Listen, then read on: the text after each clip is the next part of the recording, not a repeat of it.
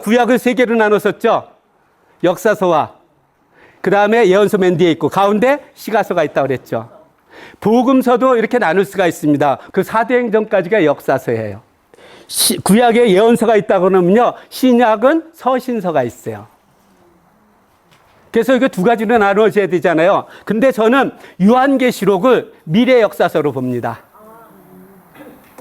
그래서 그것을 어떤 거하고 비교하냐면요, 시가서하고 비교를 해요. 시가서. 왜냐하면은 이 요한계시록을 쓸 때 서신서 형식을 갖췄지만요, 결국 우리가 앞으로 살아갈 그 영원히 살아갈 그 천국이 얼마나 아름다운지에 대해서 우리한테 보여주고 있거든요. 우리가 이제 서신서를 공부하는데요, 서신서는 일반적으로 그 바울의 서신서까지 다 포함을 해가지고 22권의 서신서가 있어요, 사실은요. 근데 이미 바울의 서신서 14권을 했잖아요. 그래서 일반 서신서가 9권이 있는데 여기서 제가 이걸 둘로 나눌 거예요. 일반 서신서를 요한이 쓴 책 빼놓고 나머지 서신서를 저는 일반 서신서로 봅니다. 그리고 나서 요한의 책 5권을 한꺼번에 강의를 할 거예요. 복음서 다 강의를 했는데 뭐만 안 했죠? 요한복음 강의 안 했잖아요. 안 한 이유가 있어요. 이제 하려고요. 왜냐하면은 쓰여진 시기가요, 요한의 책은 가장 나중에 쓰여졌거든요. 그래서 역사의 흐름 따라서 제가 강의를 하는 거예요. 그래서 우리가 역사서 중에서 일반 서신서와 이제 5권과 이제 요한의 책 5권을 이제 강의를 하면은 모든 강의가 끝나요. 먼저 일반 서신서를 볼게요. 그 중에서 먼저 히브리서를 볼 겁니다. 히브리서가 쓰여질 당시는요, 유대인 그리스도인들이요, 큰 핍박을 받았을 때, 이때가 언제였냐면은 바로 그 네로 황제가 이제는 그 로마의 그 사건 이후에 아주 기독교인들을 혹독하게 핍박하고 있을 당시였을 것 같아요. 그래가지고 이 히브리서가 쓰여진 그 연대를 보면은요, 대충 AD 65년에서 70년대 사이로 봅니다. 왜냐하면요, 70년도에 그 예루살렘의 그 성전이 다시 완전히 무너지거든요, 로마 군인들에 의해서. 근데 만약에 이 성전이 그 완전히 폐화가 된 것을 갖다가 이 기자가 알았으면요, 거기 한 줄 정도는 써놨을 거예요. 예루살렘 그 성전이 황폐하게 된 거에 대해서. 근데 그러한 내용이 없어요. 그렇기 때문에 많은 학자들이 65년에서부터 70년 사이로 이렇게 봅니다. 근데요, 그 모든 성경에는 저자가 있잖아요. 저자가 있는데요, 히브리서만큼 이 저자 후보가 많은 성경가 없어요. 하여튼 엄청난 후보자가 있어요. 근데요, 3세기에 교부 있거든요, 오레건이라는 사람. 그 사람이 뭐라고 그랬냐면요, 이 히브리서의 저자는 누구만이 하신다고요? 하나님만이 하신대요. 그러면 지금부터 한 1800년 지난 우리가 연구해서 이 저자를 알 수 있어요, 없어요? 그래서 우리는 이런 데 시간 낭비할 필요 없어요. 그 다음에 수신자는 고난받고 있는 유대인 그리스도인들입니다. 그걸 왜 유대인이라고 강조를 하냐면요, 유대인이 아니면은 히브리서 이렇게 쓸 수가 없어요. 율법에 대해서, 대제사장에 대해서 쓸 수가 없거든요, 모세에 대해서. 그래서 내용을 봤을 때 이거는 유대 그리스도인들한테 썼다고 봅니다. 근데 어디에 살고 있는 유대인들인지는 나타나질 않아요.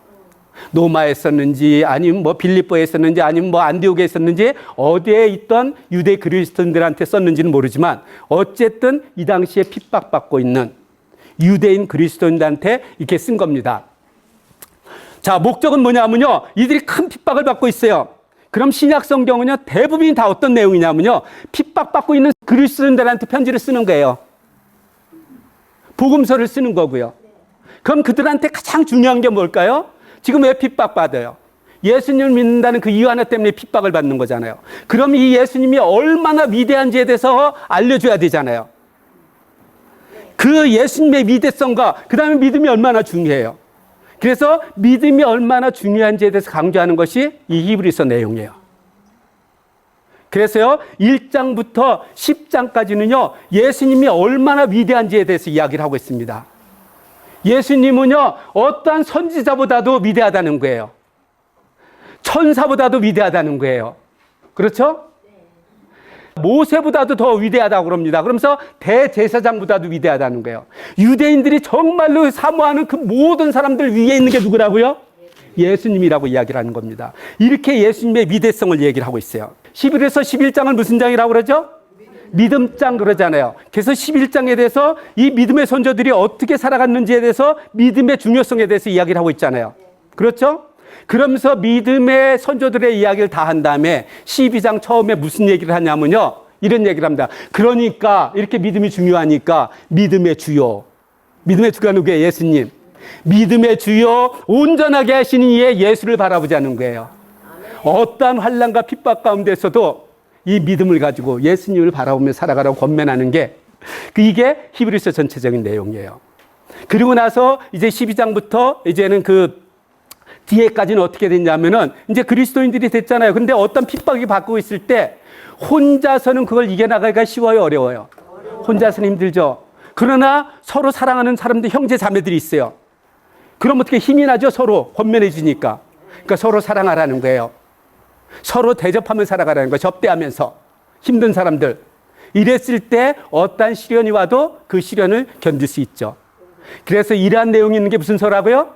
히브리서. 야고보서의 핵심이 뭐냐면은 참 믿음에 대해서 이야기를 하고 있습니다.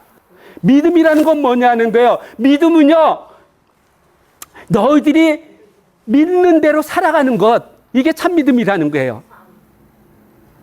여러분들이 그 무엇을 해야 되는데 예수님께서 뭘 하라고 그래요? 믿으면 그걸 할 수 있어요, 없어요? 근데 하지 못하는 이유는? 아이고, 믿음이 없는 거예요. 그러니까 행함이 없는 믿음은 죽은 믿음이라고 이야기를 합니다. 그래서 참 믿음은 뭐냐면은 믿는 만큼 그대로 살아가는 거예요. 제가 모르겠어, 나도 모르겠어. 예 하나 드릴게요.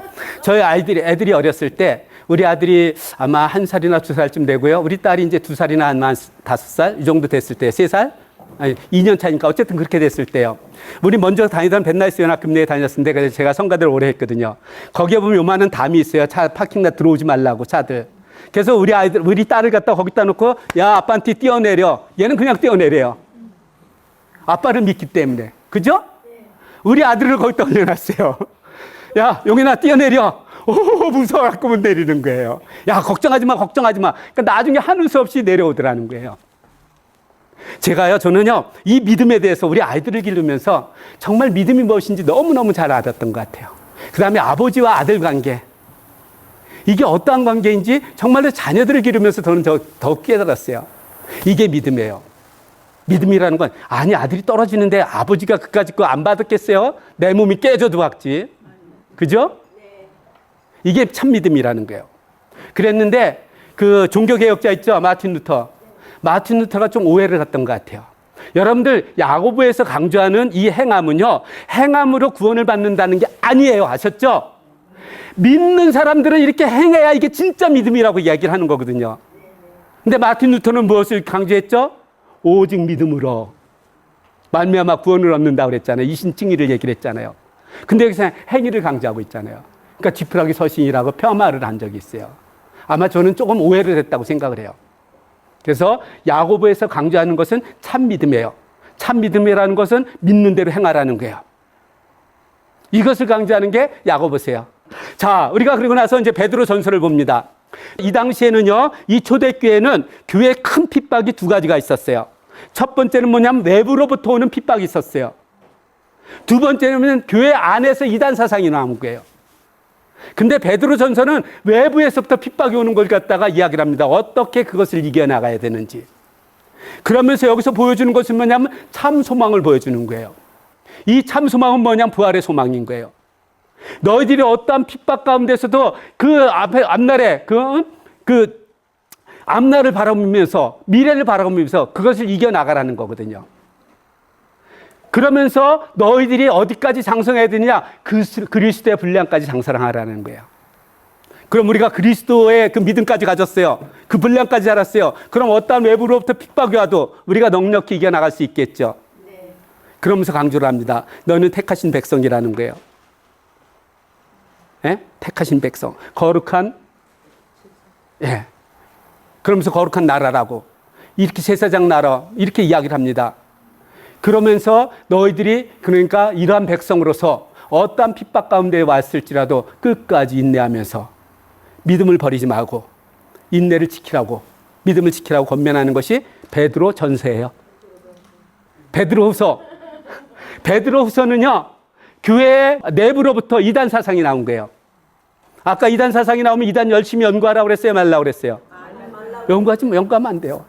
근데 이단 사상들은 어떤 사람들인 줄 아세요?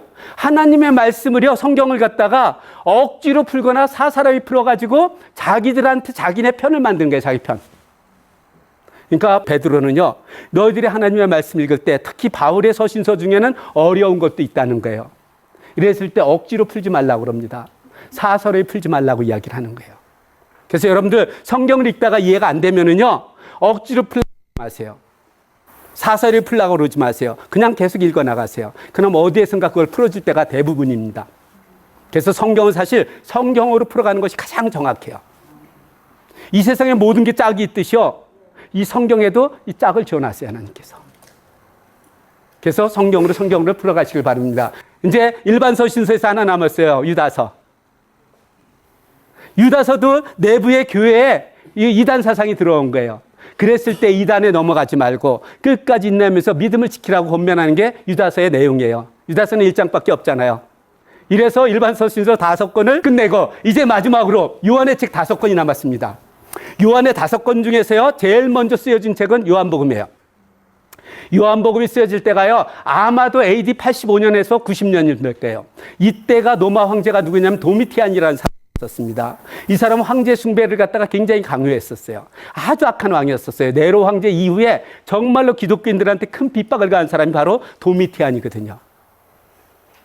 그러다가 보니까 그리스도인들이 많은 고난을 받겠죠. 핍박인들이. 그들에게 어떻게 해서든지 이런 핍박으로부터 벗어나게 해야 될, 이겨나갈 수 있도록 힘을 줘야 되잖아요. 그래서 요한복음은요, 이렇게 핍박받고 있는 그리스도인들한테 그 핍박으로부터 어떻게 하면 승리할 수 있는지 그것을 이야기를 하고 있습니다. 그러면서 그것은 뭐냐면 예수님이 어떠한 분인지 알면 되는 거잖아요. 그 요한복음을 쓴 목적을 이렇게 이야기를 하고 있습니다. 너희로 예수께서 하나님의 아들이심을 믿게 한다는 거예요. 하나님의 아들은 신이에요? 아니면 인간이에요? 그래서요, 요한복음에서는요, 예수님의 신성을 굉장히 많이 강조를 해요. 그래야 이들이 이겨나갈 수 있기 때문에요. 그러면서 예수 그리스도를 믿어서 어떻게 하냐면 생명을 얻게 하기 위해서 이 요한복음을 쓰고 있다는 거예요. 근데 예수님의 하나님의 아들인 줄 몰라요. 그냥 우리처럼 똑같은 인간으로 알아요. 그래서 예수님을 배반하고 믿음의 지조를 지키지 못하고 배반해요. 그럼 어떻게 돼요? 사망으로 들어가는 거예요. 이걸 막기 위해서 지금 요한복음을 쓰고 있다고 이야기를 합니다. 요한복음은요, 예수님께서 7개의 표적을 보여주는 거 아시죠? 근데 이 7개의 표적은요, 사람이 할 수 있는 건 하나도 없어요. 누구만이 할 수 있어요? 신만이 할 수 있는 거예요. 신만이 할 수 있는 거예요. 여러분들 물 위에 걸을 수 있는 사람 있어요? 없죠. 이러한 것을 신만이 할 수 있는 것을 갖다가 이야기하는 게 7개의 표적이에요.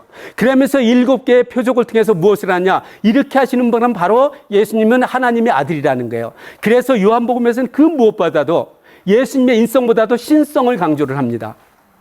그래야 지금 핍박받고 있는 사람들이 예수님이 신이니까 신을 위해서 무엇인지 할 수 있는가, 견딜 수 있는가, 이겨나갈 수 있는 거예요. 그 요한복음에는 보면은요, 7가지의 기독론이 나와요. 예수님께서 뭐라 했어요? 나는 뭐라고요? 생명의 떡이래요. 나는 뭐예요?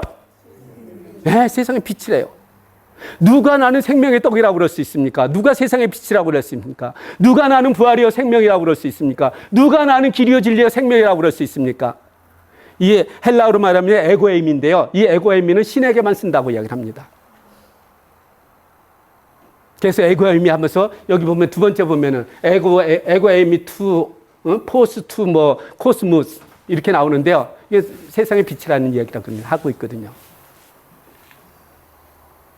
그래서 이 에고에미는 이런 것을 통해서요. 그래서 결국 이 7개의 기독론을 통해서도 예수님이 하나님의 아들이라는 것, 신성을 강조하는 겁니다. 그런데 더 중요한 게 있어요. 요한복음에 더 중요한 것은 뭐냐면요. 이 7개의 표적과 7개의 기독론과 그 다음에 그 당시에 일어났던 어떤 사건을 통해서요. 이 예수님이 하나님의 아들인 것을 기가 막히게 정말로 어떤 박사 논문도 이렇게 만들 수가 없어요. 그렇게 쓴 것이 바로 요한복음이에요. 예를 하나 들어볼까요? 자, 어떤 여인이 음행하다가 걸리잖아요. 그래서 예수님께 끌고 오잖아요. 그러면서 예수님한테 그러죠. 이 율법에 의하면, 모세의 율법에 의하면 이런 여인을 어떻게 하라고? 돌로 쳐 죽이라고 그랬다는 거예요. 그런데 당신이 이것을 어떻게 이야기하겠냐는 거예요. 이때 예수님께서요, 돌로 쳐 죽이라 그러면 예수님께서 이제까지 복음 전한 게 가짜예요. 사랑하라고 그랬는데, 용서하라고 그랬는데, 사랑과 용서가 아니잖아요. 근데 만약에 모세 율법을 어기고 그냥 풀어주라고 그러면 어떻게 돼요? 유대인들이 들고 일어나죠. 모세 율법을 갖다가 위반한 거니까. 그래서 예수님의 함정을 놓은 거거든요. 그럼 예수님께서 이걸 아실까요? 모르실까요? 다 아시죠. 근데 이때는요, 예수님이 어떠한 얘기를 해도 이들이 너무 이게 막 이 감정이 올라와 있기 때문에 어떠한 얘기를 해도 돌이 날라올 거예요. 예수님이 지혜롭죠.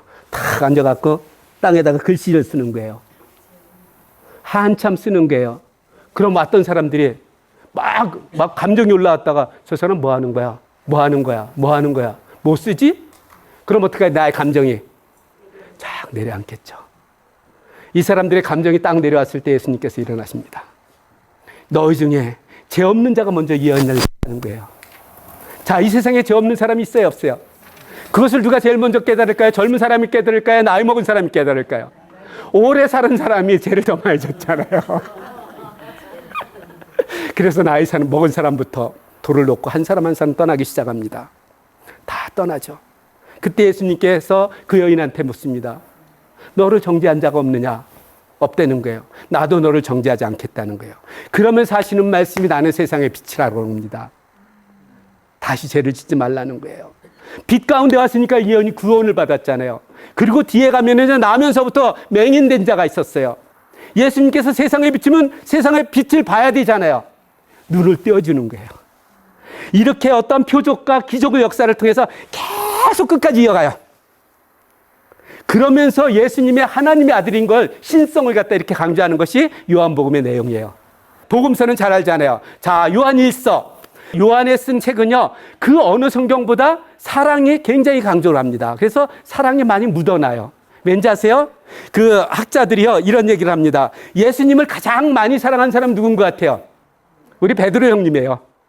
우리 베드로 형님처럼 예수님 사랑하는 사람 없어요. 근데 예수님의 사랑을 가장 많이 받은 사람이 누군지 아세요? 요한이에요. 왠지 아세요? 막내였었거든요. 그러니까 맨날 같이 형들이 뭐 시키면 혼자서 청소하고 다 했을 거예요. 그러니까 예수님께서 얼마나 그 예뻐했을 거예요. 이렇게 사랑을 많이 받다가 보니까요, 그 사랑이 자기도 모르게 표현이 되겠죠. 그래서 요한복음도 그렇고요, 요한의 서신서도 그렇고요, 거기를 보다가 보면 이 사랑이 문득 이렇게 흘러 넘칩니다. 그래서 저는 요한의 책을 참 좋아해요. 제가 그 많은 사랑이 없어가지고 좀 배우려고 그러는 것 같아요. 요한 1세에 가면은요, 참 사랑이 무엇인지에 대해서 이야기를 합니다. 여러분들 참 사랑이라는 건 어떤 거예요? 그냥 가서 집사님 꼭 해놓고 집사님 사랑해. 또 누가 안고 야 내가 아빠가 너 사랑해. 이게 사랑일까요? 진정한 사랑은 그러한 사랑이 아니라는 거예요. 진정한 사랑은 어떠한 환경 가운데서도 하나님의 계명을 지키는 것, 이것이 참 사랑이라고 이야기를 합니다. 하나님의 계명이 뭐죠? 두 가지 있죠. 하나님을 사랑하고 내 이웃을 사랑하라는 거예요. 어떠한 환경에 있든지 하나님을 사랑하고 이웃을 사랑하는 것, 이것이 참 사랑이라고 이야기를 합니다. 하나님께서는 우리를 살리기 위해서 친히 육신이 되어서 십자가에 죽으시기까지 우리를 사랑하셨잖아요. 근데 나만 그랬어요? 여러분 옆에 계시는 모든 형제자매님들 다 그랬어요. 그럼 그 한 사람 한 사람이 얼마나 귀한 거예요. 그러니까 그분들을 사랑하라는 거예요. 그러면서 이렇게 이야기를 합니다. 너희들이 나를 사랑한다면서 형제를 사랑하지 않으면 그 거짓말을 하는 거라는 거예요. 어떻게 그 보이는 형제를 사랑하지 아니하고 보이지 않는 하나님을 사랑할 수 있냐고 이야기를 합니다. 만큼 참사랑이란 건 결국 뭐냐면요, 내 이웃 사랑하는 것부터 시작을 하는 거예요. 그랬을 때 그 사랑이 하나님께 하나님의 사랑이 되는 거라는 거예요. 이것을 강조하는 것이 요한 1서입니다. 됐죠? 요한 1서 강의. 네, 요한 2서. 요한 2서는요, 이렇게 요한이 사랑을 강조하니까, 어떤 사람들이요, 이 분별력이 없어가지고, 영지주의자, 저 그리스도를 사랑하는 거예요. 그러면서 성경 없는 건도 주고 그러는 거예요. 이런 누구를 사랑하는 거예요? 저 그리스도를 사랑하는 거잖아요. 그래서 너희들한테 서로 사랑한테 분별력을 가지고 사랑하라고 이야기하는 게 요한 2서의 내용입니다. 됐죠? 네. 요한 3서. 요한 3서는요, 그 가이오한테 보내는 개인적인 서신서였었어요. 우리가 요한 3서 중에 여러분들이 너무나도 잘 아는 성경 구절 하나 있죠. 한번 읽어볼까요? 시작. 사랑하는 자요.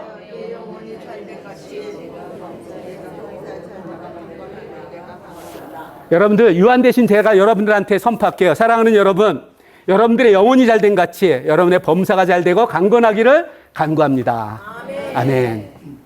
이렇게 시작을 해요. 이 당시에요, 그 복음을 전하는 사람들은 지금처럼요 선교사 후원자가 없었어요. 그래서 복음 전하는 자가 어떠한 지역에 갔을 때는 그 교회 교인들이 그를 잘 영접해야 됐어요. 그래서 그곳에 머무는 동안에 숙식도 제공하고 또 떠날 때는 여비도 좀 챙겨서 주고 이랬었던 거예요. 그랬는데 아주 악한 사람이 있었어요. 디오드라멘가? 하여튼 뭐 그런 악한 사람이 있었는데 이 사람이요 복음 전하는 사람들이 왔는데 그 복음을 못 전하게 하는 거예요. 그 다음에 그걸 도와주려고 그러면 교인들 그거 도와주는 것까지 막는 거예요. 이것은 악한 거라는 거예요. 그러니까 악한 것을 본받지 말고 선한 것을 본받으라고 이야기를 합니다. 그러면서 이런 이야기를 합니다. 악을 본받는 것은 그러니까 선을 행하는 자는 하나님께 속하였지만 악을 행하는 자는 하나님께 속하지 않은 자라는 거예요. 그러면서 선을 행하면서 살아가라고 권면한 것이 요한 3서예요. 그래서 이제 성경 한 권 남았어요. 드디어 요한계시록이 됐습니다. 자, 요한계시록 하면 여러분들 무슨 책이라고 이제까지 생각하고 있어요? 많은 분들이 심판의 책이다. 읽어도 이해가 된다, 안 된다? 요한계시록을 읽을 때는 이해 안 될 줄 알고 읽어. 안 읽을 수 없으니까. 그러면서 읽어요. 제가요, 한 번은 진짜 평신도 때 요한계시록을 좀 잘 이해하고 싶어서 수번을 요한계시록만 읽은 적이 있어요. 그러면 요한계시록 깨달아졌을까요? 더 모를까요? 더 몰라요. 지식은 좀 늘어났을지 몰라도. 근데 여러분들, 제가 질문 한 가지 할게요. 요한계시록 강의하기 전에. 자, 여러분들, 하나님이요. 사랑의 하나님이십니까? 심판의 하나님이십니까? 사랑의 하나님이시죠? 그럼 요한계시록은 결론처럼 주신 거죠? 그렇죠? 책 제일 뒤에 있잖아요. 결론이잖아요. 그럼 이 결론처럼 주신 이 하나님의 책이요. 우리한테 주신 이 책이 심판을 위한 책일까요? 아니면 어떤 소망을 주기 위한 책일까요? 내용 하나도 몰라도 돼요. 사랑의 하나님께서 결론처럼 주시는 책은 어떤 책이라는 거예요? 아주 참 소망을 주기 위한 거예요. 심판의 목적이 있는 게 아니에요. 근데 요한계시록 읽으면 뭐죠? 이래서 죽는 것 뿐이에요. 그죠? 여러 가지 그냥 뭐 재앙들이 많이 나오잖아요. 여러분들, 이제부터는 여러분들의 사고방식을 다 바꾸세요. 아셨죠? 제가 강의하는 거 여러분들 책에는 조금 더 자세하게 기록되어 있어요. 꼭 읽지 말고요. 책 몇 번 읽으세요. 제발 부탁인데. 그리고 성경 읽으세요. 훨씬 더 도움이 될 거예요. 안 읽고 읽는 것보다.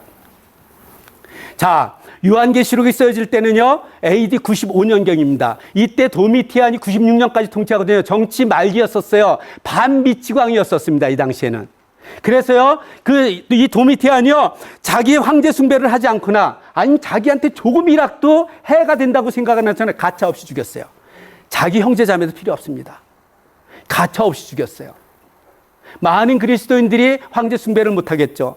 감옥에 갇히기도 하고 순교도 당하고 유배도 당하고 그랬던 거예요. 그러다가 이 요한도 복음을 전하다가 결국 잡혀서 반모라는 섬에 유배를 당하게 되는 겁니다. 거기에서 이제 주일날 환상을, 하나님의 음성을 듣고 환상을 보고 기록한 것이 바로 이제 요한계시록이거든요. 요한계시록의 수신자는 어디냐면 아시아에 있는 7교회에 있었어요. 이 7교회한테 쓴 편지입니다. 환상을 보고. 이 목적이 있는 게요. 이 당시에는 황제 숭배 사상을 너무 강조를 했거든요. 근데 황제 숭배를 하면 어떻게 돼요? 이단에게 전하는 것과 똑같잖아요. 하나님을 배역하고 떠나는 거거든요. 이러한 자들한테 영광된 미래를 보여주는 거예요. 영광된 미래를 알아요. 우리 살아갈 것이 얼마나 아름다운지 끝까지 인내하면서 믿음을 지키면은. 그러면 이 황제 숭배 사상을 이겨나갈 수 있어요? 없어요? 이겨나가잖아요. 이것을 보여주는 것이 요한계시록에 흐르는 전체적인 내용이에요. 요한계시록 그러면은 그 해석하는 방법이 여러 가지 학자들이 나눈 게 있어요. 그래도 요 정도는 여러분들이 알고 있으니 게 좋을 것 같아서 제가 설명을 할게요. 전천년설이라는 게 있습니다. 전천년설은 뭐냐면요, 예수님의 재림이 천년왕국이 있잖아요. 천년왕국 이전에 예수님의 재림이 있다 그래서 전천년이에요. 그럼 후천년은 뭘까요? 천년왕국 이후에 예수님께서 재림하신다는 게 후천년설이에요. 무천년설은 천년왕국이 따로 없다는 거예요. 근데 전천년설에는요, 두 가지 학설이 있습니다. 세대주의적 전천년설과 역사적인 전천년설이 있는데요. 세대적인 전천년설은 신약 시대가 있고 이제 어떤 환란의 기간이 있는데 환란 기간 전에 예수님께서 재림하신대요. 그럼 우리는 그때 하나님의 나팔소리와 함께 어떻게 우리도 휴거한다는 거예요. 그래서 이 땅에서 어떤 고난도 받지 않는다는 겁니다. 여러분들 이런 세상인가요? 아니죠. 우리가 이 땅에 살아있는 동안 고난을 받죠. 그죠? 그래서 사실 성경적이지 않아요. 그래서 요즘 전천년설도 이제는 한물 같습니다. 역사적인 건 뭐냐면은 신약시대가 있고요. 성경에서 말하는 모든 환란을 다 거친 다음에 예수님 재림이 있고 천년왕국에 들어간다는 거예요. 그럼 예수님께서는요, 믿는 자를 위해서 그날을 감해 주신다고 그랬잖아요. 감해 준 적 없어요. 네. 그래서 이것도 맞지 않아요. 후천년설은 요즘 이 후천년설 주장하는 사람 하나도 없습니다. 그래서 넘어갈게요. 무천년설 요즘 가장 핫한 게 무천년설이에요. 천년왕국이 따로 없다는 거예요. 지금 우리가 살고 있는 이 신약시대가 천년왕국이라는 거예요. 그리고 나서 그 환란 시대가 있을 텐데 그 환란 시대를 거친 다음에 예수님의 재림이 있다는 거예요. 그리고 나서 우리는 그때 휴거해가지고 이제 백보자 심판이 있고 그 심판에 따라서 우리는 영원한 그런 천국의 삶을 살아간다고 주장하는 게 무천년설이에요. 저는 여기도 안 따라요. 그럼 제가 따르는 게 하나도 없어. 그죠? 근데 성경에서는 어떻게 말하고 있느냐? 저는 이게 더 중요하다고 생각을 해요. 학자들 주장보다. 그래서 요한계시록에서는 어떻게 이야기를 하고 있는지 여러분들한테 나눌 거예요. 여러분들이 그날과 그때는 천사도 모르고 아들도 모르고 누구만 아신다고 그랬어요? 아버님만 아세요. 그날과 그때는 아무도 모릅니다. 그런데 우리를 하려면 요한계시록을 준 이유는 뭐냐면요.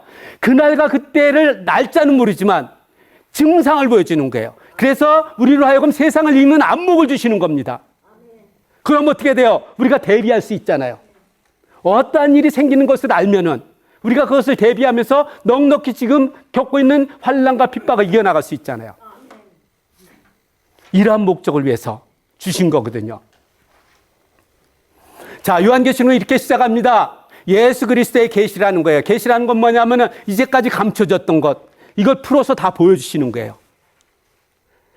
그 계시는 어떤 거예요? 예수님께서 재림할 것을 갖다가 이제까지 마태복음 24장에서도 얘기했지만 이렇게 상세하게 얘기를 안 했거든요. 그래서 예수님의 재림을 갖다가 날짜는 안 이야기를 하지만 그 증상들을, 징조들을 보여주는 겁니다. 그 계시를 해주는 거예요. 그러면서 1장 3절에 이렇게 기록되어 있습니다. 이 예언의 말씀을, 이 계시의 예언의 말씀을 읽는 자와 듣는 자와 그 가운데 기록된 것을 지키는 자는 복이 있다는 거예요. 왜 그럴까요? 요한계시록을 읽으면요, 이제는 시대를 읽는 안목이 생겨요. 여러분들 이거보다 더 중요한 게 있어요, 없어요? 우리들이 시대를 읽는 안목이 생기면은 우리들이 지금 겪고 있는 어떠한 상황도 우리들이 이겨나갈 수 있잖아요. 그래서 우리들한테 요한계시록을 읽으라는 것은 이래전 시대적인 안목을 갖기 위해서 우리들한테 이렇게 이야기를 하는 거거든요. 요한이 어느 주일날 밤모섬에서 이렇게 있는데 주일날 기도하고 있는데요. 갑자기 뒤에서 큰 음성이 들리는 거예요. 너는 아시아에 있는 7개를 내가 보는 것을 아시아에 있는 7개에 두루마리에 써서 보내라는 거예요.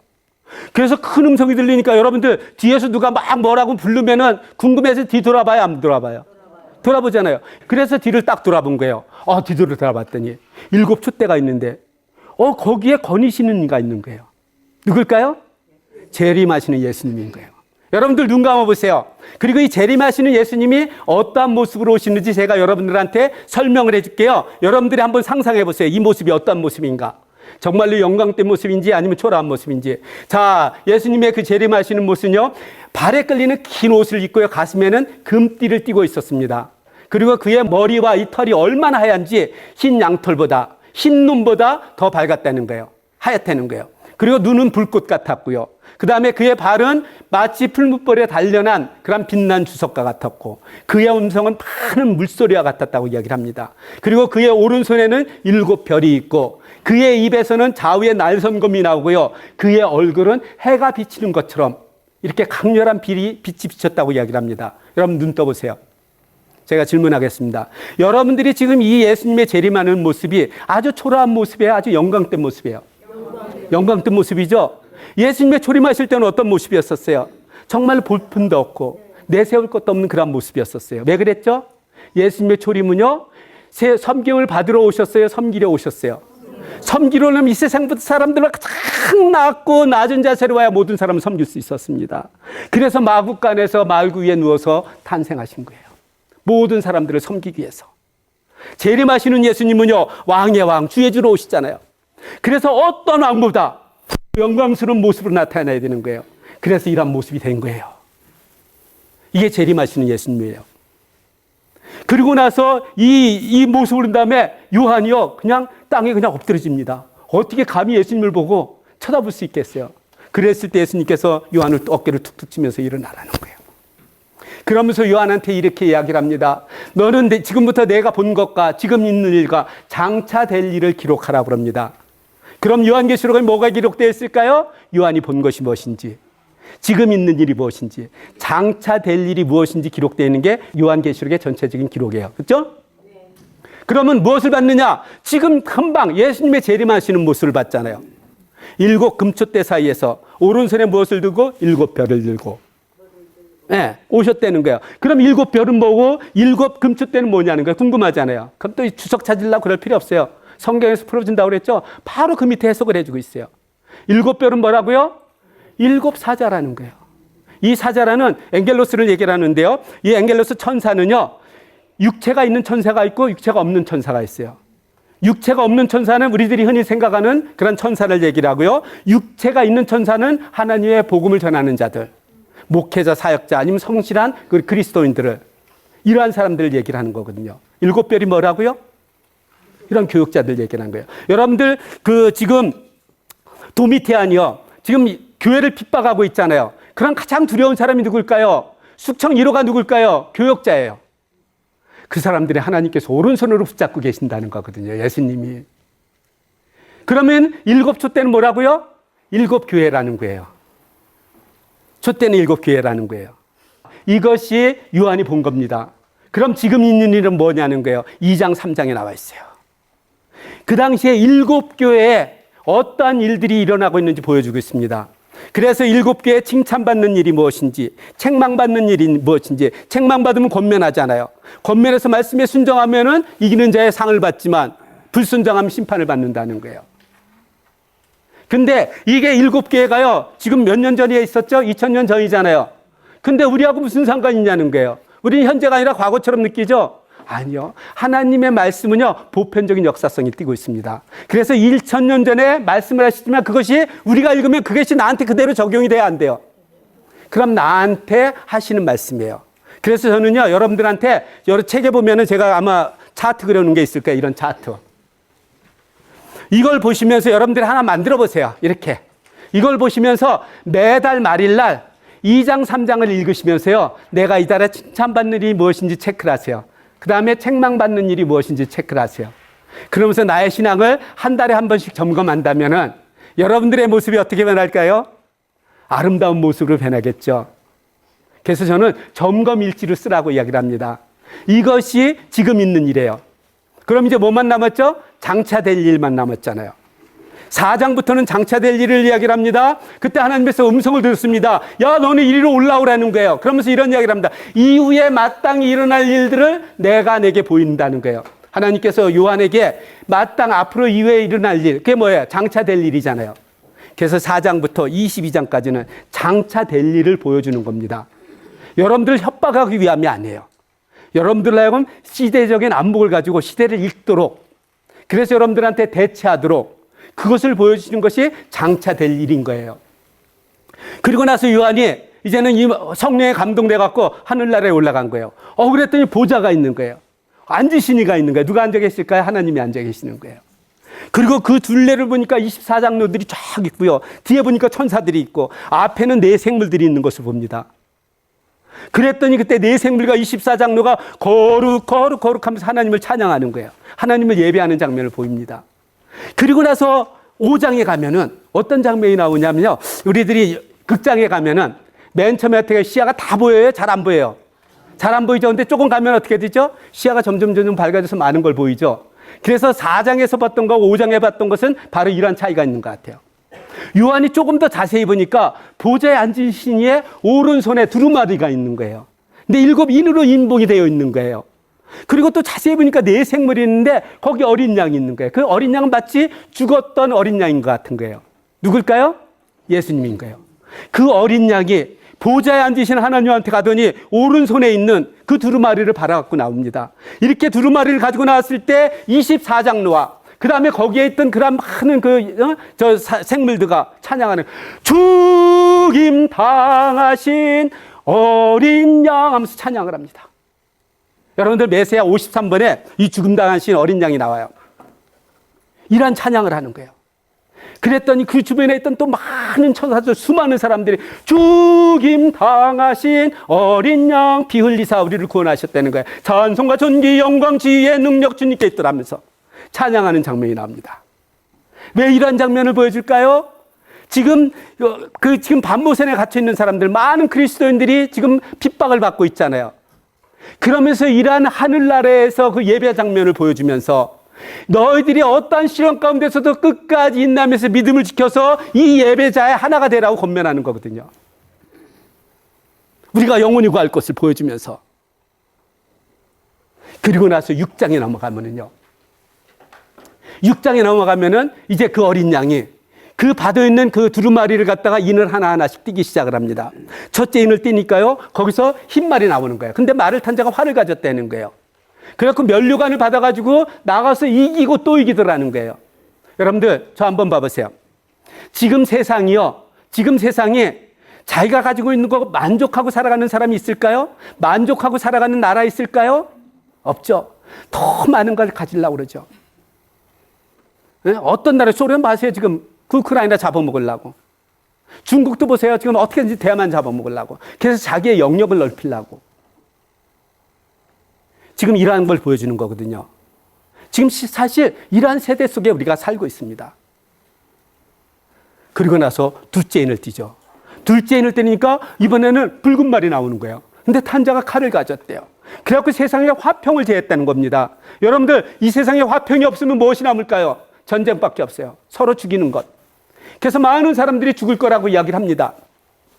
여러분들, 우리가 세월이 흐를수록 더 평화스러운 나라가 되어 더 삭막한 나라가 돼가고 있어요, 지금요. 삭막한 나라가 되고 있죠. 성경에서는 그런 걸 보여주는 거예요, 미리요. 틀림없이 이렇게 되고 있잖아요. 그래서 언젠가는 화평이 다 없어지면 어떤 일이 일어날까요? 결국요, 싸움밖에 없는 거예요. 전쟁밖에 없는 거예요. 사람들이 점점 더 악화해 갑니다. 그걸 보여주는 거예요. 그러면은 이러한 일이 벌어졌다? 몇째 인이 떼어졌다고요? 둘째 인이 떼어졌고, 우리는 그러면은 시대를 읽는 그런 안목이 생긴 거예요, 벌써. 그렇죠? 셋째 인을 띱니다. 셋째 인을 뗐더니, 검은 말이 나오는데, 거기 탄자가 그 저울을 가졌다는 거예요. 그게 외칩니다. 한 데나리온의 밀 한 대요. 한 데나리온의 보리 석 대라는 겁니다. 여기서 한 대라는 건 뭐냐면, 여러분들 물통 있죠? 요게 0.5분인데 요거 5개짜리. 밀 요거 5개가요. 한 데나리온은 뭘 얘기하면 일당을 얘기해요, 노무자들. 하루 일당 해갖고요, 밀 저거 5개 받는 거예요. 5개 살 수 있어요. 물가가 얼만큼 치솟은 거죠? 우리가 사는 동안에 이러한 물가가 그냥 총알같이 막 치솟는다? 몇째 인이 떨어졌어요? 셋째 인. 그럼 우린 넷째 인이 떨어질 걸 알고 있잖아요. 그럼 우린 준비를 해야겠죠. 더 잘 준비해야겠죠. 이런 걸 보여주는 거예요, 요한계시록은. 그러고 나서 넷째 인이 떨어졌을 때는 어떻게 되냐면요, 거기 보면은 검과 흉년과 그 다음에 사망은 여기서는 전염병을 얘기를 합니다. 전쟁이 일어났어요. 검은 전쟁을 얘기를 하잖아요. 전쟁이 일어나서 많은 사람들이 죽겠죠. 전쟁이 일어나면 어떻게 농사 못 짓겠죠. 흉년이 되겠죠. 물가가 치솟겠죠. 전염병이 생기겠죠. 그 다음에 동물들도 먹을 게 없으면 어떻게 해요? 급습하겠죠. 많은 사람들이 죽을 거라는 거예요. 그래서 이 지구에 살고 있는 사람들의 4분의 1이 이때 죽는다는 겁니다. 자, 우리들이 살아가는 동안요, 어느 날 이런 큰 전쟁을 해서, 그 다음에 이러한 큰 전염병으로 인해서 인구가 4분의 1이 죽었다는 거예요. 그런 뉴스가 들려요. 몇 번째 인이 떨어졌을까요? 이런 걸 우리들한테 알려주는 거예요. 그래서 이런 걸 아는 사람들은 이제 시대를 읽는 안목이 생기거든요. 그렇기 때문에 요한계시록을 읽는 사람들은, 듣는 사람들은, 기록된 것을 지키는 사람들은 복이 있다고 이야기를 하는 거예요. 시대적인 안목을 읽을 수 있기 때문에. 여기서는 이러한 심판을 여러분들한테 강조하는 게 아니에요. 이런 일이 있을 거라는 거예요. 그러니까 독자들은 이것을 듣고 항상 종말을 준비하면서 살아가라는 거거든요. 그리고 나서 5번째, 6번째 인이 띄어졌을 때 어떠한 일들이 일어나는지 이야기를 하고 있습니다. 근데 7번째 인을 떼면은요, 이보다 더 큰 일이 일어나는 거예요. 그러면은 지금 6번째 인까지 띄워졌을 때 어떤 핍박이 있다고 그러면요. 지금도 지금 너무나도 힘든 그러한 핍박 가운데 있는데, 앞으로 또 이러한 큰 고난이 있으면 우리가 어떻게 살아가지 하면서 우리들이 또 낙담할 수 있잖아요. 요걸 이렇게 세우시려고 하나님께서는요, 천사를 보내서 잠깐 그것을 멈추도록 합니다. 그러면서 이때 유대인 중에서 각 지파에서 12,000명씩 12지파 14만 4천 명의 인을 치라고 그럽니다. 이것은 또 저기 누구야? 그 이만희는 14만 4천 명 또 인침을 받는다고 또 14만 4천 명 모으려고 했었잖아요. 근데요, 지금 14만 4천 명을 모은 정도가 아니라 14만 4천 명의 리더십을 세우겠다고 이야기를 해요. 얼마나 많은 사람들이 지금 이단에 넘어갔는지 알겠죠? 지금 그러고 있습니다. 이게 지금 세태예요. 여러분들은 이미 인침을 받았어요? 아니면 이때 가서 인침을 받을까요? 아직도 자신이 없어요? 받았어요. 인침 받았죠? 그럼 우리 14만 4천하고 우리가 관계 있어요? 없어요? 관계 없어요. 아마 이때 가서야 이스라엘 사람들 중에서 정말 구원받을 사람들이 완전한 숫자거든요, 이거는. 구원받을 사람은 구원을 받는 것 같아요. 그렇기 때문에 그 뒤에 보면요, 흰 옷을 입고 하나님을 찬양하는 장면들이 나옵니다. 이 흰 옷을 입은 자들이 바로 그리스도의 옷을 입은 자들이거든요, 우리들. 우리는 이미 거기에 14만 4천 명에 상관이 없는 거예요. 근데 거기 속다 가면 거기 이단에 넘어가거든요. 왜냐, 하나님의 말씀 제대로 모르니까. 그래서 여러분들 여기서 잘 배워갖고요, 여러분들 주변에 있는 사람들에게 이걸 잘 전해줬으면 좋겠어요. 그래서 이단에 넘어가지 않도록. 그러면서 이들이 찬양하는 장면이 나옵니다. 보좌에 앉으신 주의 어린 양 하면서 전성과 전기 영광 지혜 능력 주님께 있도다 하면서 찬양을 쫙 하는 모습을 이제 누가? 흰 옷 입은 자들이, 우리들이. 너희들은 지금 힘들지만 여기서 극복하고 끝까지 믿음의 지조를 지키면은 이렇게 예배하는 자가 된다는 거, 어디에서? 전국에서 하나님과 함께. 아멘. 이것을 보여주는 겁니다. 그리고 나서 7째 인을 떼니까요, 어떤 일이 있었냐면 반 시간 동안 고요했다는 거예요. 저는 이걸 폭풍전야라고 그럽니다. 저는요, 북한에서 김정은이 막 떠들 때는 하나도 안 무서워. 근데 걔가 조용할 때 있어요. 조용하다가 어느 날 사고 쳐. 미사일 쏘고. 이런 일이 있는 거예요. 여기서 반 시간 동안 고요하다는 것은요, 이제는 이보다 더 큰 일들이 이상이 벌어지는 거예요. 그게 바로 이제 나팔 재앙이거든요. 그래서 7천사가 나팔을 가지고 오는 장면을 보입니다. 그래서 7천사 한 사람 한 사람씩 나팔을 울릴 때마다 이 땅에 어떠한 일들이 생기는지 보여주고 있어요.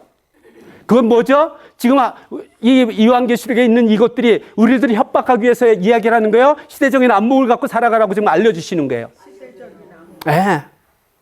시대적인 안목을 갖고 대비하면서 살아가라고 알려주시는 거거든요. 그리고 두 번째 나팔을 부르니까요, 뭐 산과 같은 붉은 것이 바다에 떨어졌다는 거예요. 예? 그래가지고 바다를 3분의 1을 피로 만들고요, 피조물들, 물고기가 3분의 1이 죽었다는 거예요. 그리고 배들이 3분의 1이 깨졌다는 거예요. 갑자기 아침에 일어났는데요, 바닷물에 한 3분의 1이 적조현상이 생겼대요. 그리고 많은 물고기들이 죽어서 떠올랐다는 거예요. 그리고 뉴스를 들어보니까 배가 거의 한 3분의 1이 파손됐대요. 그러한 뉴스를 들으면은 몇 번째 나팔이 울린 걸까요? 두 번째. 이런 걸 보여주는 겁니다. 그럼 우리는 이러한 일이 있으면 또 그럼 세 번째 나팔이 있겠구나. 세 번째 나팔이 있을 때 어떠한 일들이 생기는구나. 네 번째 나팔이 울렸을 때 어떠한 일들이 생기는구나. 이러한 일을 보여주는 거예요. 그래서 네 번째 나팔을 부른 다음에 독수리 한 마리가 날아가면서 땅에 있는 자들에게 화가 있을 거라고 선포를 합니다. 이 화는 뭐냐면 앞으로 5번째, 6번째, 7번째 이 나팔이 울릴 때 이 땅에 어떠한 그 화가 임하는지를 갖다가 예고를 하는 겁니다. 그래서 5번째 나팔을 울렸을 때는요, 무정에서 한 전갈 같은 그러한 그 황충이 올라오더니요, 이마에 인침을 받지 않는 사람만 5개월 동안 죽이진 않고 아주 괴롭히는 거예요. 그럼 여러분들 이때 괴롭힘을 당할까요, 안 당할까요? 우리는 다 인침을 받았잖아요. 하나님께서, 예수님께서 얘기했듯이요, 요것도 우리들 감해 주신 거예요. 그리고 나서 6번째 그 나팔이 불렸을 때 어떤 일이 있는지 이야기를 합니다. 6번째 나팔이 불리니까요, 한 음성이 나오는 거예요. 그러면서 유브라테 강에 지금 이렇게 매어 있는 그 천사를 했는데 그 네 천사를 풀어주라는 거예요. 이 네 천사는요, 년, 월, 일, 시. 이것은 뭐냐, 하나님께서 계획하신 거 있죠. 그날을 위해서 준비해 놓은 사람이라는 거예요. 근데 이들한테는요, 마병대수가 있는 거예요, 군인들이. 2만만이라고 그러는데 2만에다가 동그라미 4개 하면 2억이 되는 거예요. 2억이라는 숫자가 있었던 거예요. 그랬는데요, 이 당시에 이들이 가지고 있는 무기는 마치 불과 연기와 유황 같다는 거예요. 여러분들, 요즘에 쓰고 있는 모든 무기가 뭐가 있죠? 뻥 쏘면 불이 나가고 연기가 나고 터지면서 유황이 나오죠. 벌써 2000년 전에 선포하신 것이요, 요즘 세상에 일어날 것 같다 정확하게 저는 이야기하고 있다고 그럽니다. 그랬는데 이 말의 힘이 어디에 있냐면 입과 꼬리에 있다는 거예요. 입과 꼬리는 무엇을 말하는지 아세요? 말의 입과 꼬리를 얘기를 할까요? 아니면 미사일이 쏘면 이게 입과 같은 데서 미사일이 나가죠? 그럼 뒤에서 뭐를 조정하죠? 뒤에서 꼬리에서 컴퓨터를 조정하잖아요. 기가 막히죠? 이러한 일들이 있을 거라는 거예요. 6번째 나팔이 울릴 때. 이러한 것을 우리한테 미리 보여주는 겁니다. 그리고 나서 이제는 마지막 나팔 7번째가 있잖아요. 7번째 나팔을 울리면은 이젠 더 이상 구원받을 수 있는 길이 끝나져요. 그래서 이젠 마지막으로 또 7번째 나팔이 부러졌을 때 어떠한 일이 생기는지에 대해서 이야기를 합니다. 그러면서 이렇게 얘기를 합니다. 7째 나팔을 불 때 일어날 현상을 얘기했는데요. 7째 천사가 소리내는 날, 나팔을 부는 날, 하나님의 그의 종 선지자들에게 전하신 복음과 같이 하나님의 그 비밀이 이루어질 거라고 이야기합니다. 그 비밀은 뭘까요? 천사도 모르고 아들도 모르고 하나님이 아시는 그 비밀을 얘기하는 거거든요. 예수님의 재림과 우리의 휴거와. 언제요? 마지막 7번째 나팔이 울려질 때. 지금 정확하게 요한계시록에서 이야기하고 있는 거예요. 우리한테 알려주는 겁니다.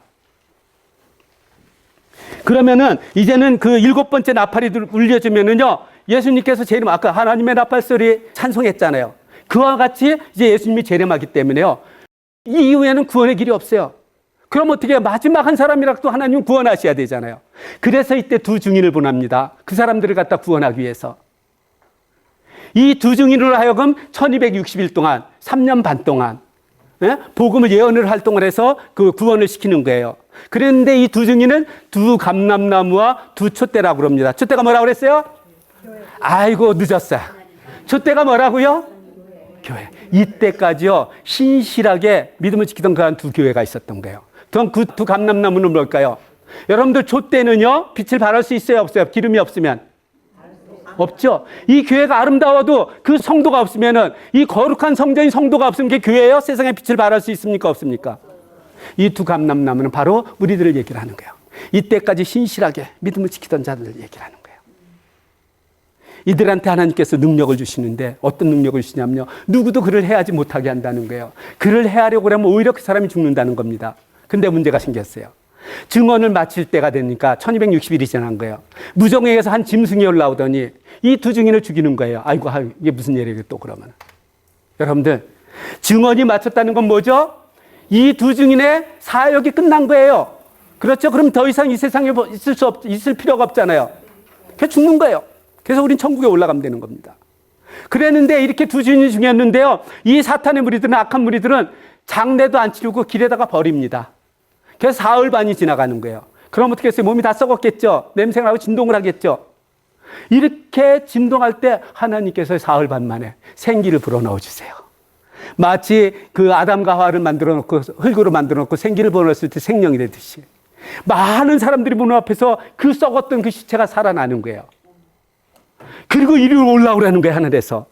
그들이 많은 사람들이 보는 앞에서 이들이 휴거를 합니다.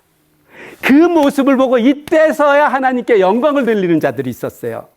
회개한 거예요. 이때서야 구원받을 자들이 있었던 겁니다. 그거를 보여주는 겁니다. 그러면서 드디어 이제 7번째 천사가 나팔을 붑니다. 7번째 천사를 나팔가 부니까요, 그 하늘에서 큰 음성이 나오는데 이런 음성이 나오는 거예요. 세상 나라가 우리 주와 그리스도의 나라가 되어 그가, 누가? 예수님이 세세토록 왕노릇한다는 거예요. 영원토록. 언제? 7번째 나팔이 울릴 때. 하나님의 나팔 소리가 울릴 때. 그 7번째 나팔을요, 예수님께서는 큰 나팔 소리라고 마태복음에 이야기를 하고 있습니다. 바울은요, 고린도전서에 보면 이게 마지막 나팔이라는 거예요. 7개의 나팔 중에서 7번째잖아요. 그래서 이 마지막 나팔에 순식간에 호령이 다 변한다는 거예요. 그러면서 또 그 나팔 소리가 나면 죽은 자들이 먼저 살아나고, 부활하고 그때까지 살아있는 사람들 있잖아요. 그 사람들은 공중에서 올라가서 변화돼 갖고 공중에서 이렇게 예수님을 영접하는 장면이 나오는데요. 변화된다는 거예요. 그래서 우리들이 어떻게 변화되어지는지 그것을 잘 기록되어 있는 게 바로 고린도후서 15장 35절부터 49절에 보면은요. 예를 들어주고 있어요. 우리들이 이 모습으로 하나님 앞에 들어갈까요? 썩지 아니할 모습으로 갈까요? 썩지 아니할 모습이 밭이 어떻게 되는지에 대해서 기록하고 있어요. 이건 여러분들이 읽어보세요. 아셨죠? 예. 그랬는데 이 7번째 나팔을요. 데살로니가 전서에서는요. 이게 하나님의 나팔이라는 거예요. 하나님의 나팔 소리. 그래서 이 하나님의 나팔 소리가 울릴 때 어떻게 하냐면은 예수님께서 주께서 강림하신다는 거예요. 재림하신다는 거예요. 그러면서 얘기합니다. 그리스도 안에서 죽은 자들이 이때는 먼저 일어나고 그때까지 살아있는 자도 어떻게 한다고요? 공중에서 구름 속에서 주를 영접한다는 거예요. 이게 휴거하는 거잖아요. 이 성경에 있는 말씀 저는 그대로 전하는 거예요. 꾸밈 없이. 그래서 이때부터는 하나님과 함께 영원히 함께 거하는 겁니다. 죽지도 않고. 이게 천국의 삶이거든요. 그리고 나서 일곱 번째 나팔이 일어났을 때 어떤 현상이 되는지 또 요한계시록에서 얘기를 하고 있어요. 이때는요, 7번째 그 나팔이 울리면요, 주께서 왕노릇 하셔갖고 죽은 자들을 심판하시는 거라는 겁니다. 어떻게 심판하실지는 20장에 기록되어 있어요. 그 다음에 끝까지 이때까지 믿음을 신실하게 지킨 사람들 있잖아요. 하나님께서 상 주신다는 거예요. 어떤 상? 천국에서 영원히 사는 삶. 그게 19장부터 22장까지 기록되어 있어요. 땅을 망하게 하는 자들, 적그리스도인들은 어떻게 멸망하는지 16장부터 18장까지 기록되어 있죠. 언제? 7번째 나팔이 울렸을 때. 예수님께서 왕노릇 하셔서 이러한 일이 있을 거라는 거예요. 그럼 우리는 이제까지 7인과 7 나팔을 받았잖아요. 그래서 어떤 현상이 일어날 걸 알잖아요. 그럼 이제는 우리는 시대를 읽는 안목이 생겼잖아요. 그렇죠? 그럼 어떤 현상이 생기면은 우리가 거기에 대해서 두려워해야 할까요? 우리는 이제 종말론적인 삶을 살아가기 위해서 준비하며 살아가는 삶이 될까요? 그러니까 복이 있는 거예요. 우리는 좌절하거나 낭망하는 것이 아니라 우리는 천국을 나아갈, 천국에서 영원히 살 그 준비를 하면서 살아가기 때문에, 그렇기 때문에 복이 있다고 이렇게 이야기를 하는 겁니다. 그리고 나서 이제 그 7번째 나팔이 울렸을 때는 이제 요한계시록이요, 이제 세 단어로 나눠지게 돼요. 그래서 12장부터 14장까지는요, 어떤 것이 기록되어 있냐면 인류의 전 역사를 일어나는 거예요. 그래서 어떻게 이러한 일이 생겼는지를 갖다 간략하게 소개를 해줍니다. 여러분들이 책을 읽을 때요, 자세하게 설명해주면 이해가 쉽죠? 근데 요점 정리만 하면은 요점 정리는 되지만 그걸 이해를 하기는 좀 힘들 때가 많이 있죠. 그래서 12장부터 14장까지 요점만 정리했기 때문에 여러분들이 이해하기 힘들어요. 지금 요거는 제가 일일이 설명할 수 있는 그런 시간들이 없는데요. 그리고 나서 이제는 그 2번째는 아까도 말씀드렸듯이 이제 상 받을 자와 그 다음에 받을 자에 대해서 이렇게 세 분담으로 나눠지게 되는 거예요. 7번째 나팔이 울린 다음부터는. 그래서 15장부터 18장까지.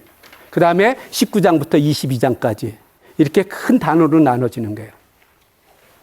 자, 12장부터 14장까지는요, 사실, 제가 좀 시간이 없어서 그냥 건너뛸게요. 두 이적을 보입니다. 그래서 그 첫 번째 이적은 뭐냐면은 어떤 여인이 임신을 했어요. 해를 옷 입은 사람이.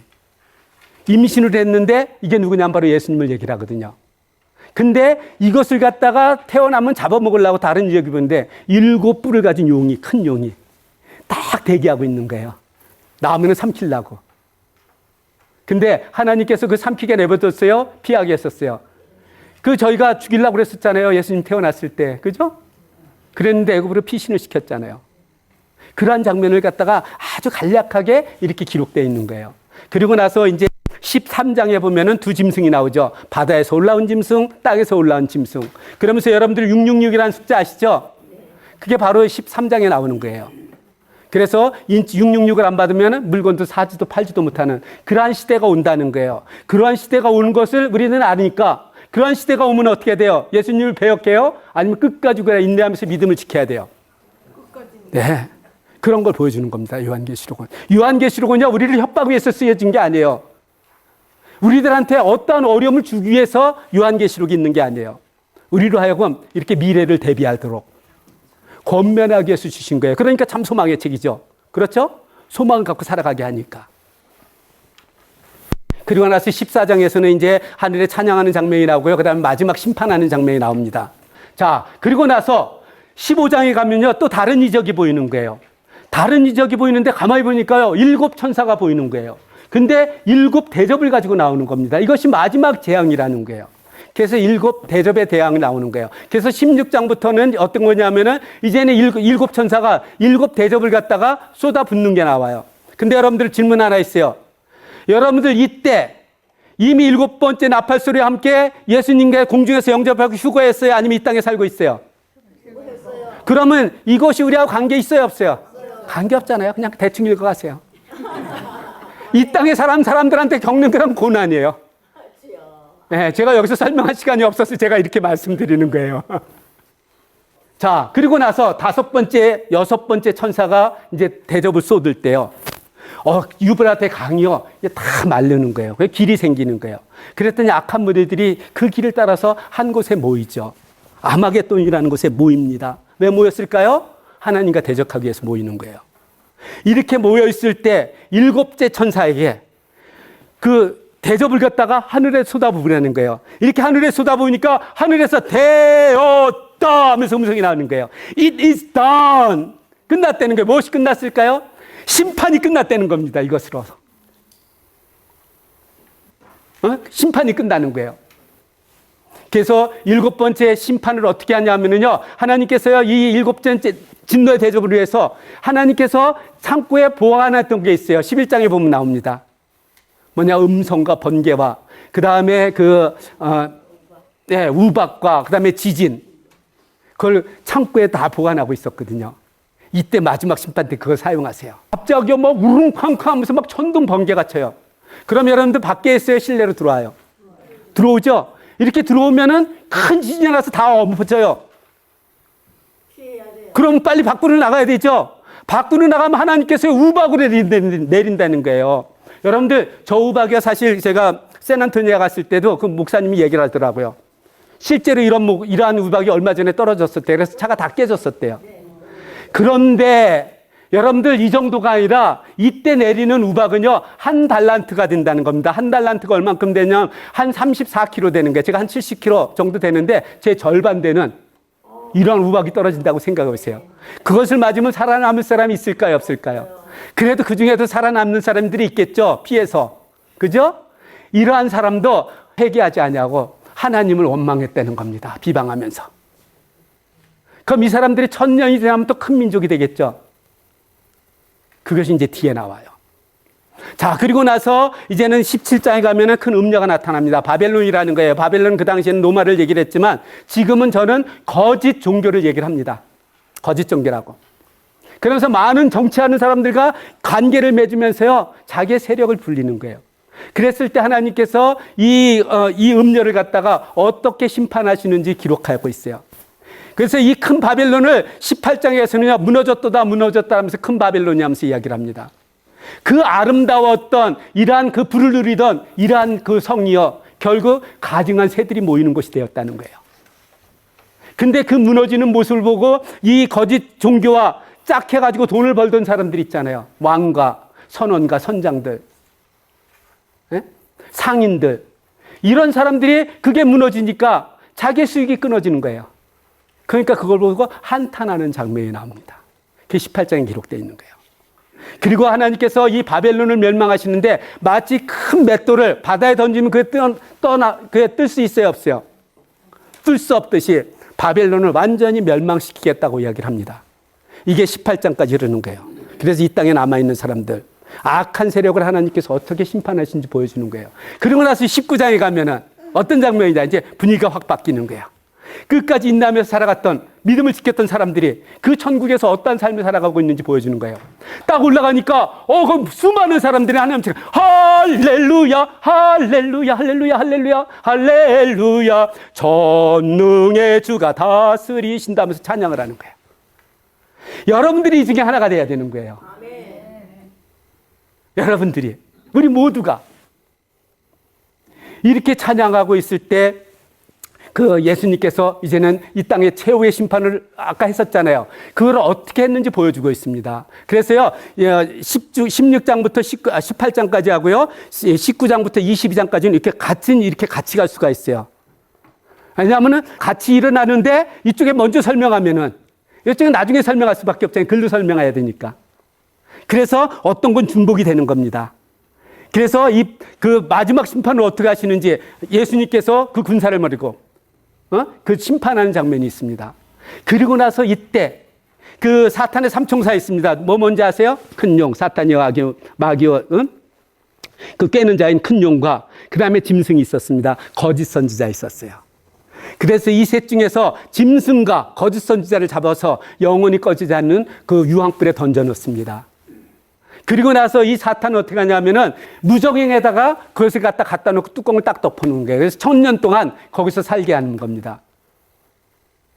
그러면은 이 세상에 그 사탄의 세력이 있어요, 없어요? 없겠죠? 그래서 이때가 바로 1000년 동안 왕노릇 한다는 겁니다. 성도들이 왕노릇 한다는 거예요. 그래서 이것이 첫째 부활이라는 겁니다. 이 첫째 부활에 참여하는 자는 복이 있다는 거예요. 왜냐? 둘째 사망이 다스리는 권세가 없다는 거예요. 둘째 사망이 있다는 거잖아요. 둘째 사망이 조금 있으면 나오거든요. 그리고 1000년이 지나니까요, 이 무적행에서 그 사탄이 올라오는 거예요.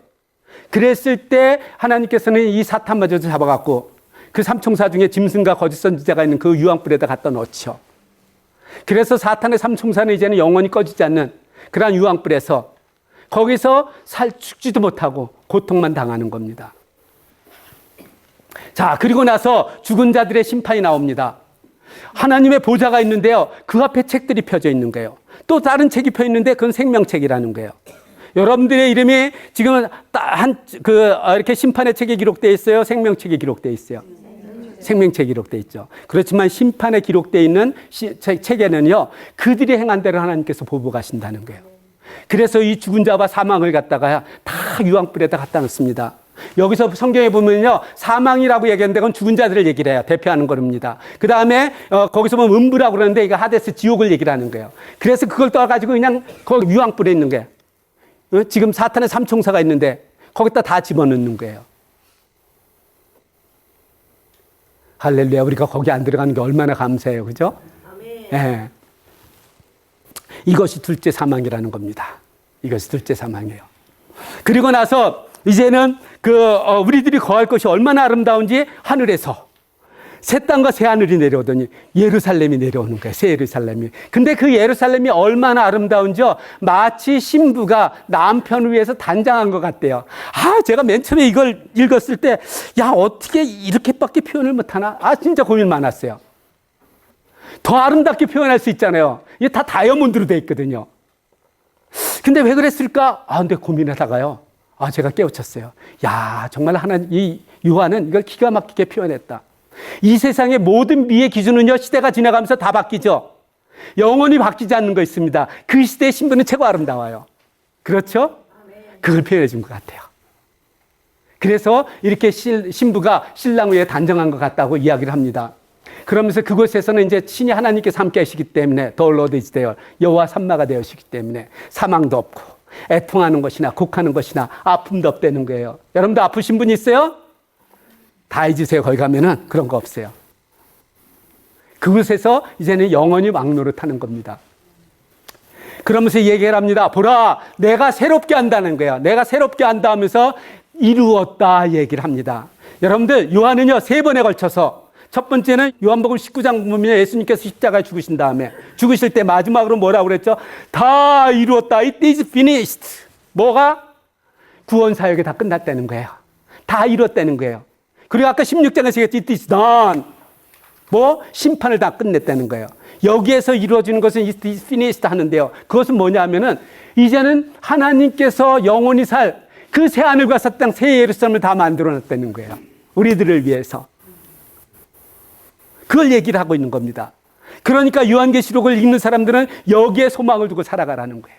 자, 그리고 나서 예루살렘의 모습이 얼마나 아름다운지를 얘기를 하는데요. 이 예루살렘 크기가요, 길이가 12,000 스타디온, 그 다음에 가로가 12,000, 높이도 12,000 스타디온이에요. 그게 마일로 하면 얼만큼 되는지 아세요? 1,500마일.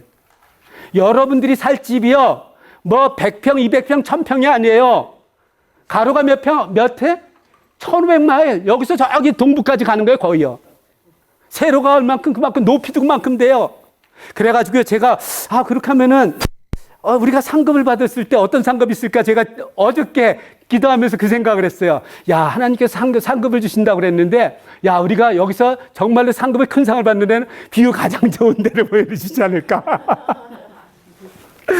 높은 층, 왜 VIP층이 있잖아요. 그것을 보내주시는 게 이게 상급이 아닌가? 왜냐면 똑같이 천국이거든요. 똑같이 왕노릇하거든요. 근데 집이 그렇게 높으니까 어떤 사람은 비유 없는데 인사이드에 있어야 돼. 어떤 사람은 세상을 다 볼 수 있는.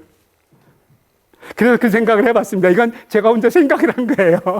그랬을 때, 이게 어떻게 보면 천국에서 상급이라는 것은 어떠한 그 지위가 아니라 하나님께서 이렇게 아름다운 조금 더 좋은 장소로 살게 해주지 않을까, 이런 생각을 해봅니다.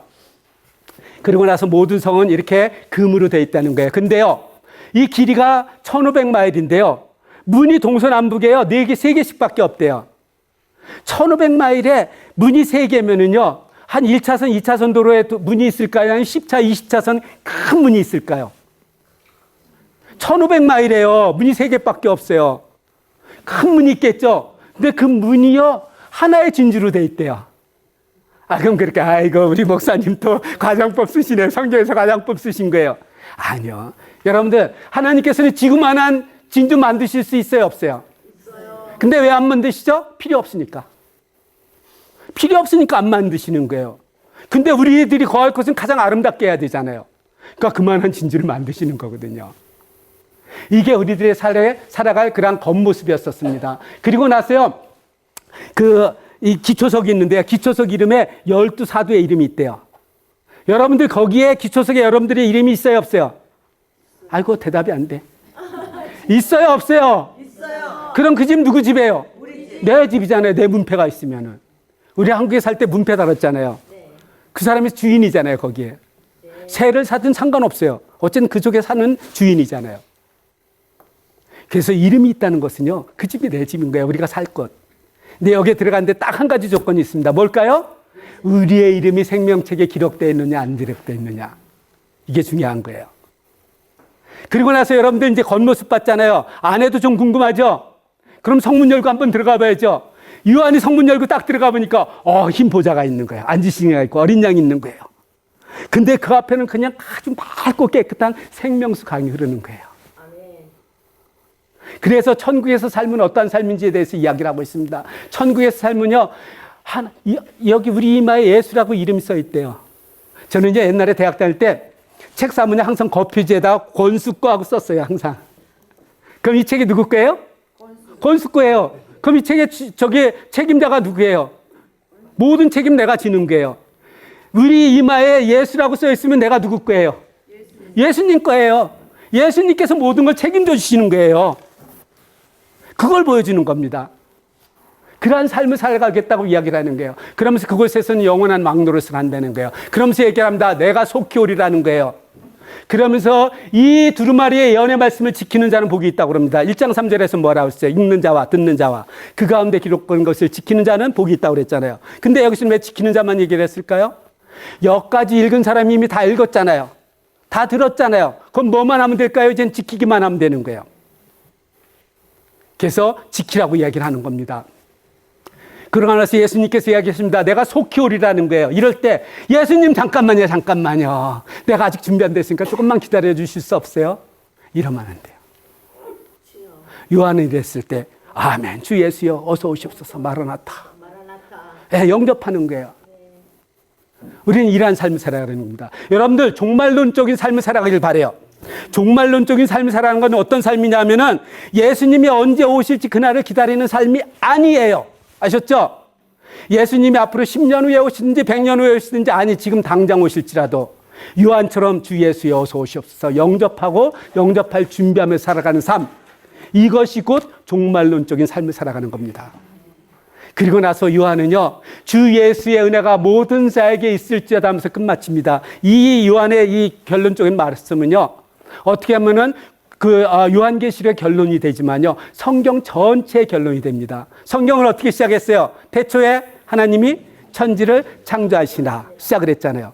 그랬는데 그 창조한 하나님의 그 자녀들이 죄를 지음으로써 노아의 홍수 심판이 있었고요. 아브라함을 선택해서 하나님의 백성을 만들어가지만 끊임없이 죄를 지으며 살아갔죠. 이럴 때마다 많은 예언자를 보내서 하나님께 돌아오라고 그랬습니다. 돌아오지 않았습니다.